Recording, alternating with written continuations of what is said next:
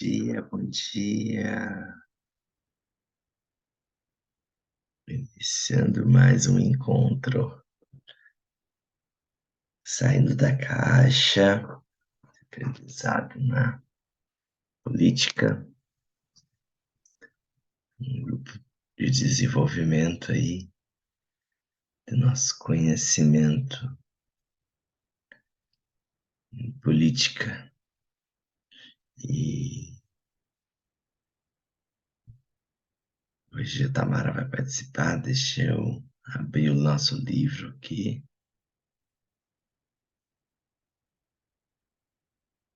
Vamos ver. O estado está aberto. Aberto o livro, só esperar a Tamara entrar. Hoje é sexta-feira, 24 de fevereiro.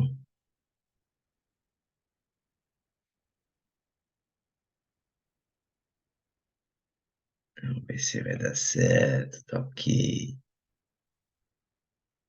Tá ok. Abriu aqui o livro, a gente vai ler o capítulo 9.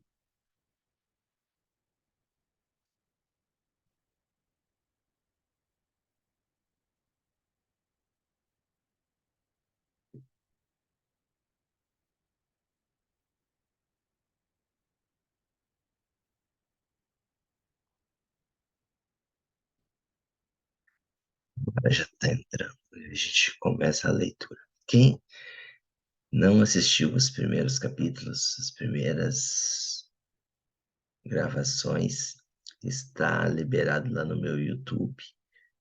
Alguns está como não disponível lá ainda, mas outras já estão publicadas e as outras serão liberadas entre hoje e amanhã. Isso é uma questão de organização aqui mesmo. Vai estar liberado todas as gravações para você, desde o primeiro encontro do Saindo da Caixa. Quem quiser participar com a gente, os encontros são segundas, quartas e sextas, às 5 horas da manhã, pelo Zoom. Você vai lá no link que está na minha bio do Instagram, preenche o Forms e no final do Forms tem um link do grupo do WhatsApp. Você vai entrar para dentro do grupo do WhatsApp, saindo da caixa, onde nós trocamos ideias ali, organizamos esses encontros e passamos sempre o link para estar aqui no grupo de leitura, segundas, quartas e sextas, às 5 horas da manhã, ok? Então, passo essa mensagem para você que vai ouvir gravado e quiser fazer parte da leitura ao vivo. Acho que é muito importante a contribuição de vocês. É muito importante nós aprendermos sobre política, ao invés de só ficar reclamando, que o governo isso, que o governo aquilo, que o né? O que vai ser agora que o fulano ganhou, que o fulano perdeu. Nós estamos reunidos aqui para aprender, para crescer juntos e não ficar só lamentando, só reclamando, sem saber o que a gente pode fazer, ou por que as coisas estão acontecendo do jeito que estão acontecendo. E a gente também aceita aqui a contribuição de todo mundo com relação aos próximos passos. Nós vamos terminar o Arte da Guerra. Qual é o próximo livro que nós vamos ler? Ou o que nós vamos analisar? E como que nós vamos progredir? A gente está fazendo de acordo com o que está sendo aqui nos surgindo e sendo inspirado também, de acordo com o que a gente está passando, de acordo com a realidade dos fatos, de acordo com o que está acontecendo, a gente vai definindo os próximos passos. Tamara está entrando.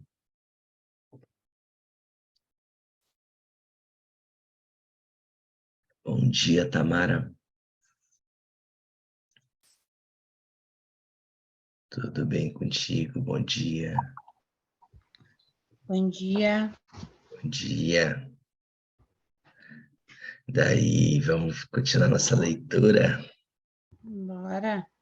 Bora. A gente vai hoje para o capítulo 9. Você está conseguindo ler aí? Uhum. Então, bora lá. Pode começar para nós. Sobre a topologia. Alguns terrenos são fáceis, outros difíceis, alguns neutros, outros estreitos, acidentados ou abertos.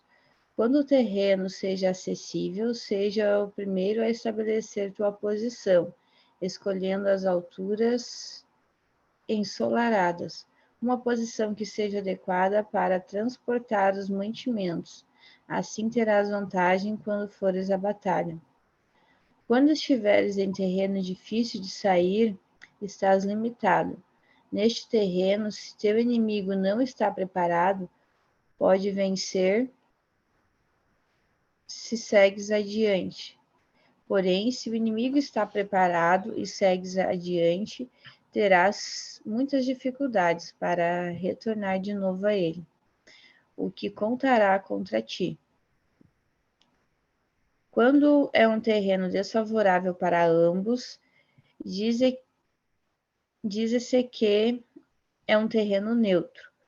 Em um terreno neutro, inclusive, se o adversário te oferece uma vantagem, não te aproveites de ela, retira-te, induzindo a sair a metade das tropas inimigas, e então cai sobre ele, aproveitando-te dessa condição favorável. Em um terreno estreito, se és o primeiro a chegar, deves ocupá-lo totalmente e esperar o adversário.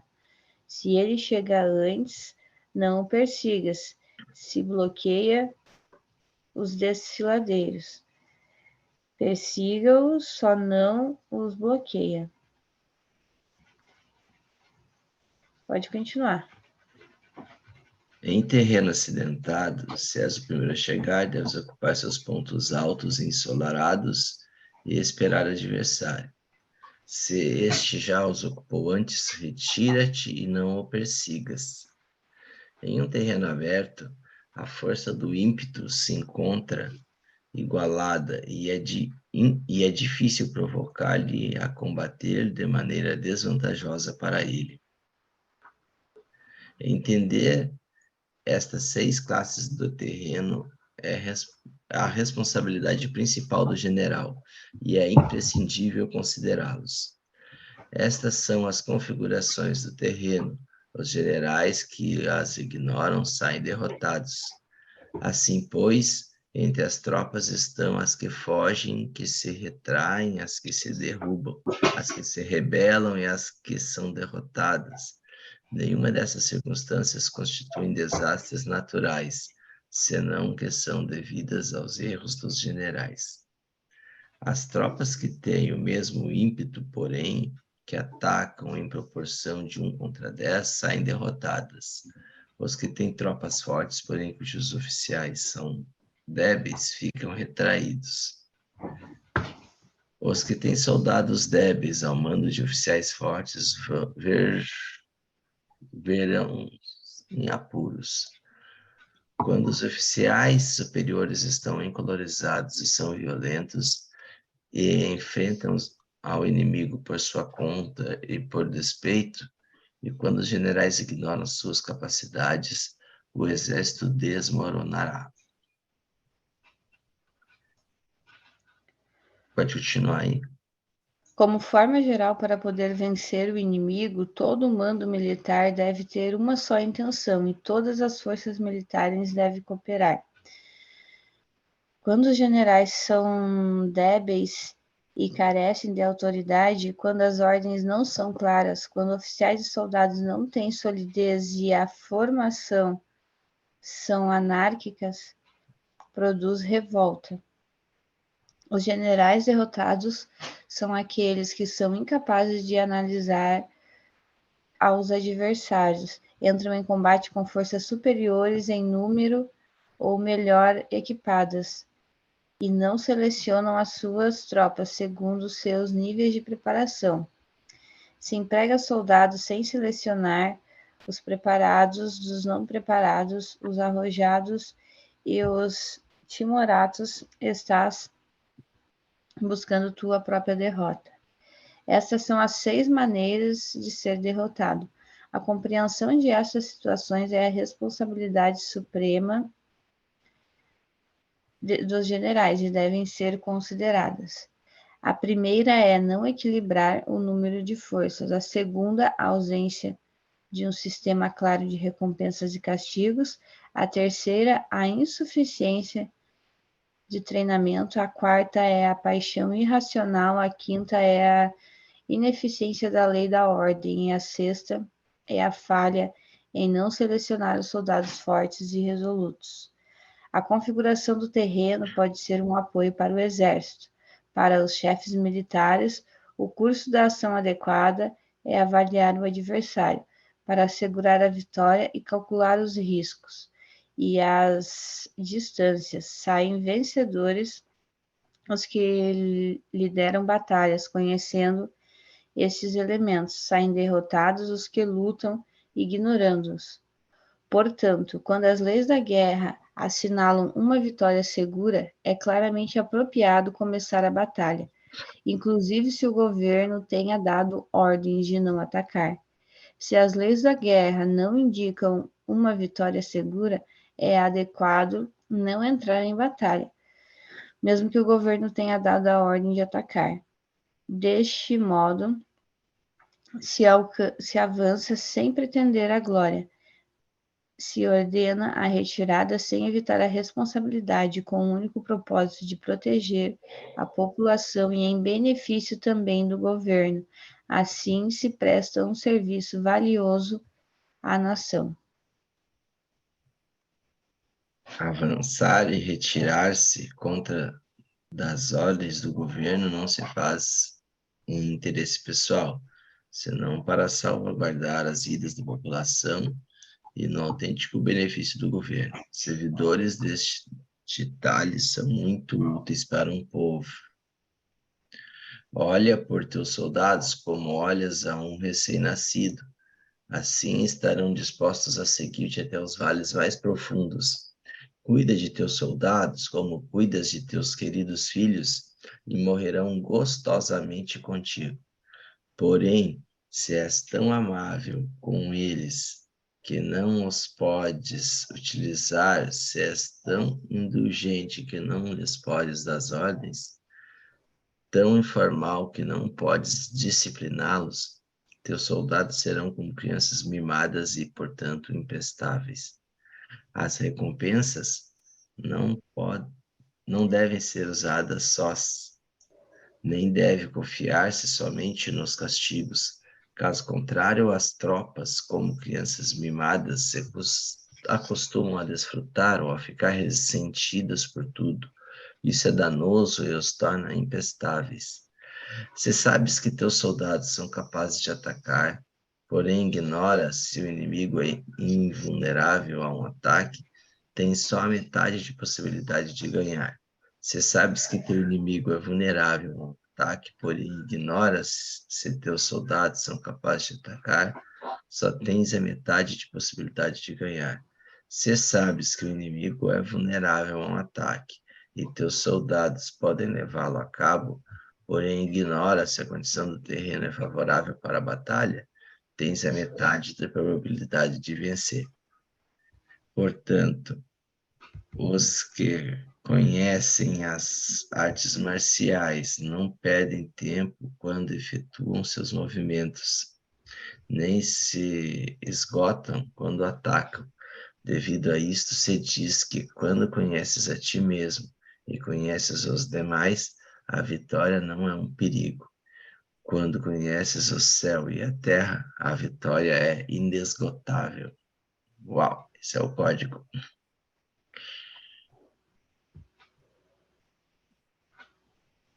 De autoconhecimento, conhecer a si próprio, conhecer suas capacidades, seus limites, conhecer o inimigo, conhecer a capacidade do inimigo. Conhecimento. É a base da vitória aqui, né? A vitória inesgotável quando você conhece. Quanto mais você conhece.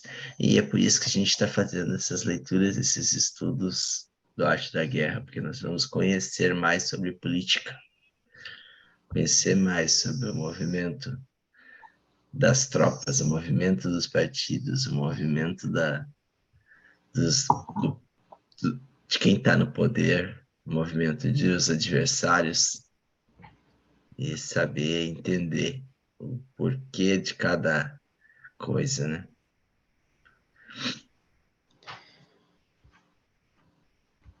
Tem uma frase ali mais para baixo que fala que os soldados débeis ao mando dos oficiais.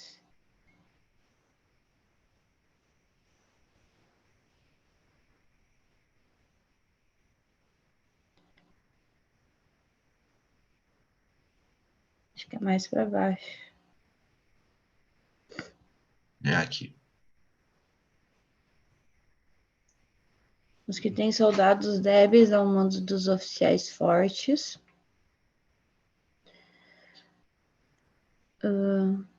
Verdrão em apuros, quando os oficiais superiores estão escolarizados e são violentos e enfrentam o inimigo por sua conta e por despeito, e quando os generais ignoram suas capacidades, o exército desmoronará.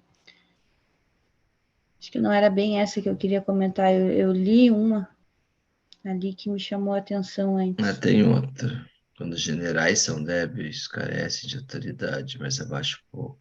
Aqui, ó.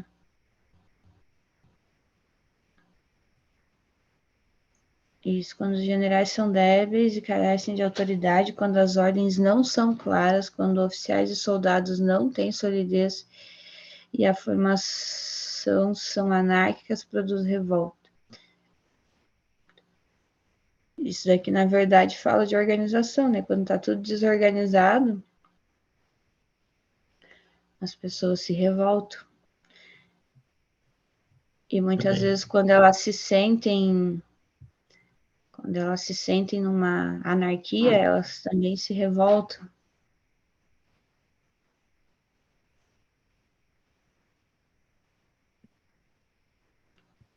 Bem. Ó, a frase seguinte diz assim, ó. Os generais derrotados são aqueles que são incapazes de analisar os adversários. Entram em combate com forças superiores em número ou melhor equipadas e não selecionam suas tropas segundo seus níveis de preparação. Então, tudo que está falando sobre o conhecimento, né? Do general conhecer o inimigo, conhecer as tropas inimigas, conhecer o exército inimigo e estar preparado, né? Selecionar as tropas de acordo com o nível de preparação. E não adianta a gente ir para uma batalha em qualquer área da nossa vida, né? Sem a gente saber quais são as nossas características principais, quais são as forças que nós vamos utilizar, quais são os nossos pontos fortes.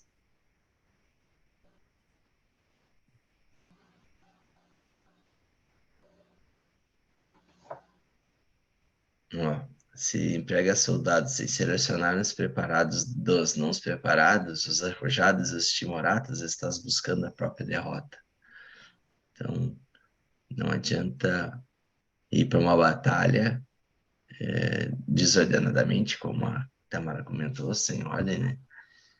E E totalmente aí se a gente parar para analisar, né, ó, se emprega soldados sem selecionar os preparados dos não preparados, os arrojados e os timoratos, está buscando a tua própria derrota. Qual é o soldado da esquerda brasileira atual que foi selecionado errado, que ele era um soldado de esquerda, ele era aquele cara de esquerda e que deixou de ser? Ele era aquele cara que estava lá e defendia tudo e defendia a esquerda e deixou de ser. Qual é o soldado de esquerda que deixou de ser de esquerda? Ou que deixou de defender aquele grupo? Agora, se perguntar qual é o soldado de direita que deixou de defender aquele grupo, e que muitas vezes dividiu e fez um próprio grupo, eu lembro de vários. Eu lembro de vários candidatos a deputado, de vários que, inclusive, fizeram uma votação muito grande na outra eleição e nessa eleição nem conseguiram se eleger, né?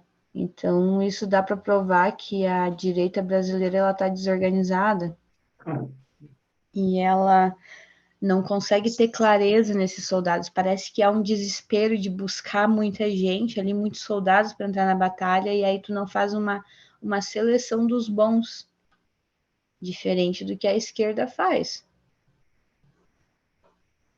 Então, não, eu agora não me lembro de nenhum assim que, tipo, que ali traiu totalmente a esquerda e deixou de ser esquerda e deixou de apoiar.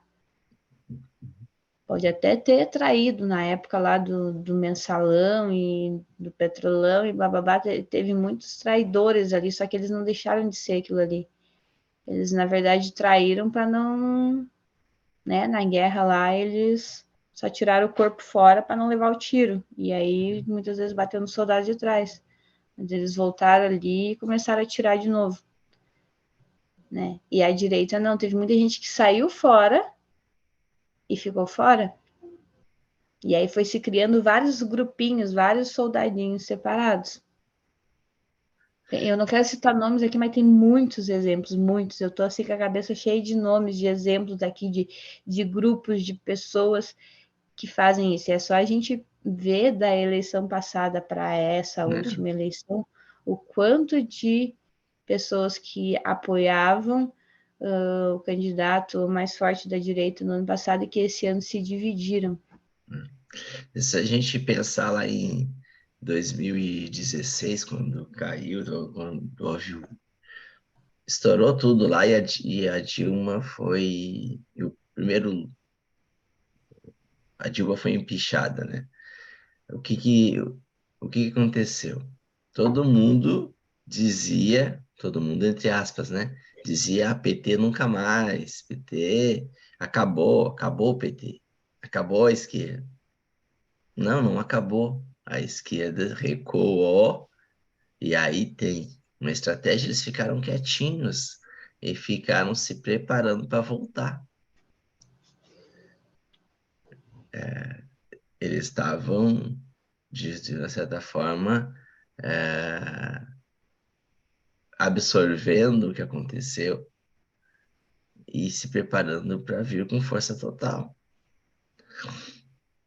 Ah, mas eles defendem princípios errados. Nós não estamos falando aqui dos princípios, nós também aqui somos pelos princípios certos, né? Mas a Eles questão usam melhores as estratégias de guerra. é as estratégias de guerra que a gente está se referindo. Por que que eles venceram as eleições? Porque enquanto eles fizeram de tudo para dividir a direita, para a direita não ter a mesma força que eles.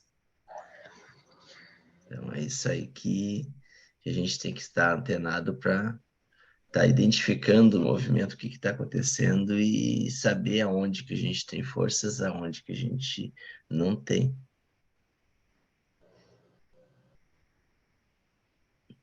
Ó, estas são as 6 maneiras de ser derrotado.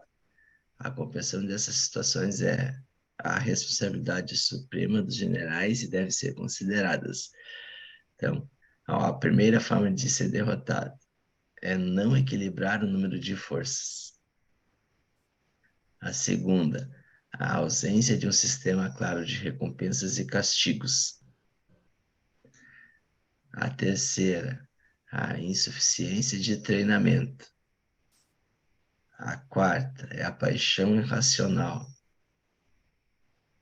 será que a direita, né, não entrou nas últimas eleições com uma paixão irracional? A quinta é a ineficácia da lei de ordem. A gente estava falando da ordem, falta de ordem. E a sexta, falha em não selecionar os soldados fortes e resolutos. Quero que eu também falo. E o que está acontecendo aqui se a gente pensar com relação à direita? Os soldados fortes e resolutos estão ocultos. Eles não querem entrar no jogo, não querem mostrar, muitos não querem mostrar sua cara. Eles estão por trás, mas não estão lá concorrendo às eleições. Não estão lá do lado do presidente no palanque. Então, tem isso do lado da esquerda também? Também tem, mas o conjunto disso aqui, né, faz com que tenha-se um exército, um exército perdedor, né? Isso aqui, maneira de ser derrotado. Então a gente tem que estar atento, acompanhando, tem que ter conhecimento. Não adianta a gente ficar só reclamando e quando chegar nas próximas eleições, a gente não, de novo, vai para a batalha sem saber qual a estratégia está sendo usada pelo lado A ou pelo lado B, né? Sem saber qual, como atacar, né? Sem ter as forças selecionadas para poder atacar. Quem são nossos soldados fortes e resolutos? Nós vamos deixar para descobrir daqui a 4 anos. Nós vamos fazer eles crescerem para terem condições de bater os inimigos.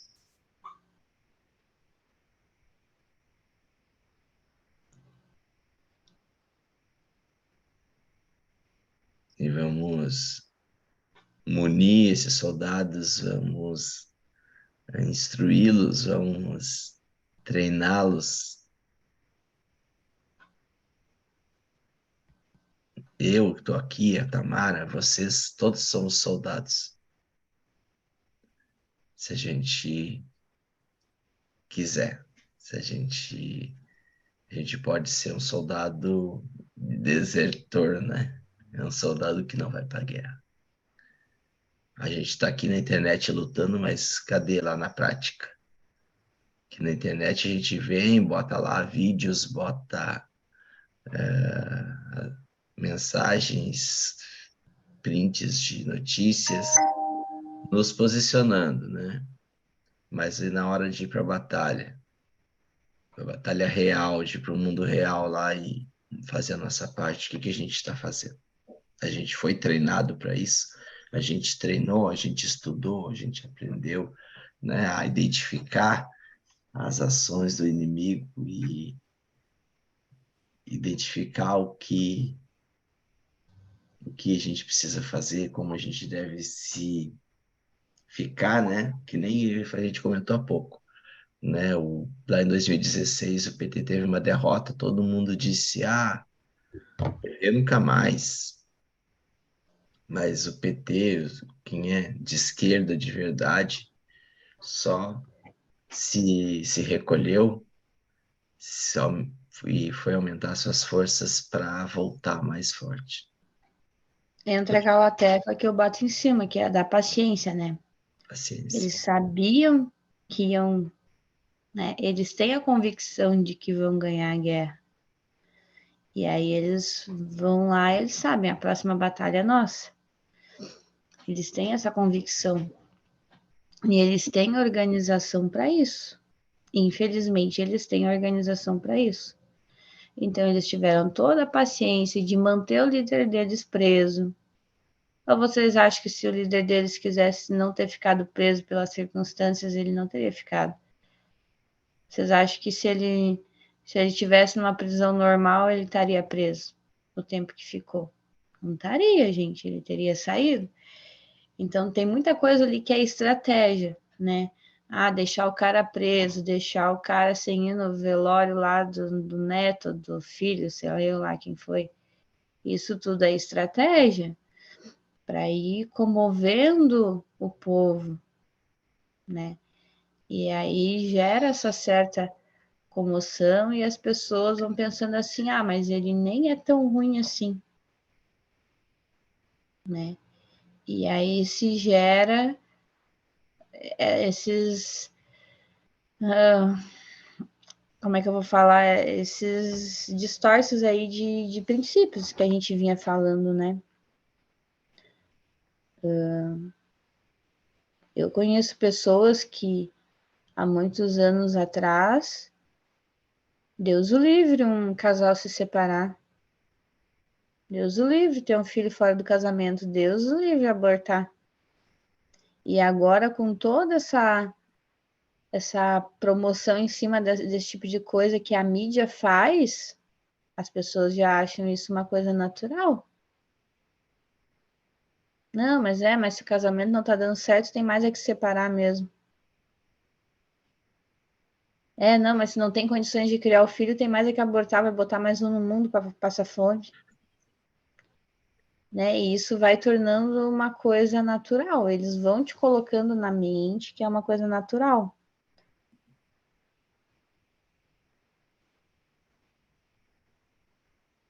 Aí tem gente que vai dizer assim: ah, mas o que que tem a ver uma novela com política?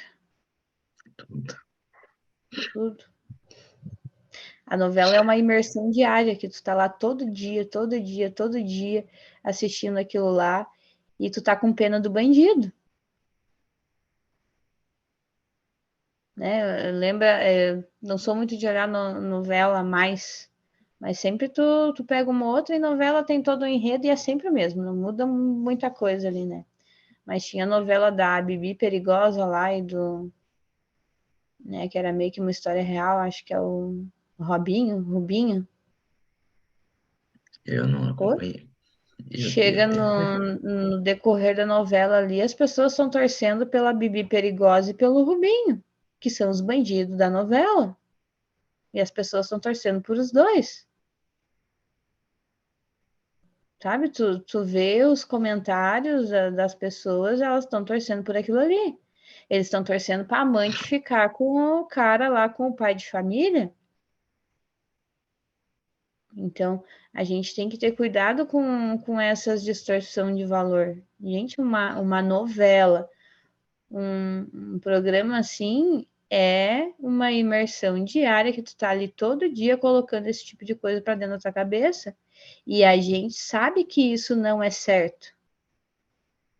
E aí, quando tu vai fazer um curso de noivos e o padre diz que tu tem que perdoar uma traição, tu diz, não, Deus o livre. Né? Eu já vi muita gente falar que lá no curso, eu nunca fiz curso de noivos, mas lá eles falam sobre isso, né? Que tu tem que perdoar uma traição. E aí a pessoa diz, não, Deus o livre, capaz que eu vou perdoar. Né? Claro que tu não deve trair, mas se caso ocorrer, né? É bem isso. E aí vai se distorcendo todos os valores. Bem E a isso. gente tem que ter muito cuidado com isso.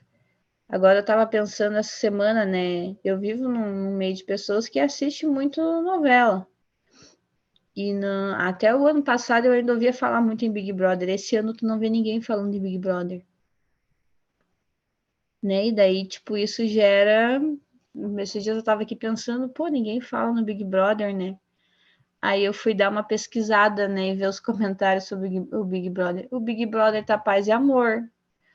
O Big Brother tá legal, não tem ninguém lá de dentro que traiu a mulher que tá fora ou o marido que tá fora, né? Não teve pegação lá e tal.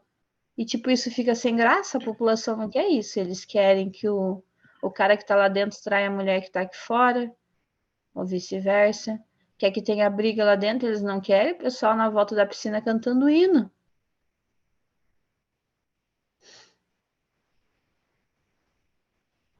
E aí?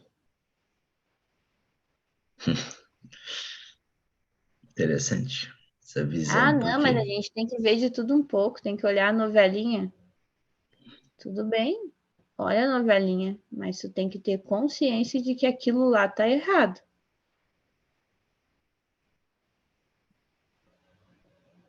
sim.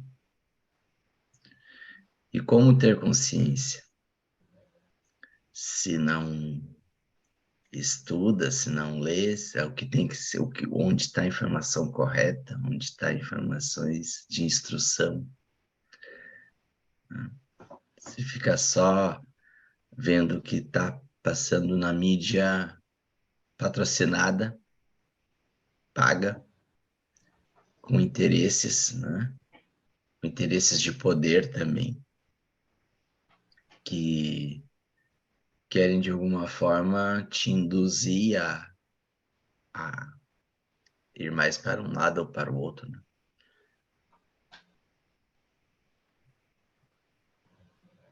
É isso aí. Precisamos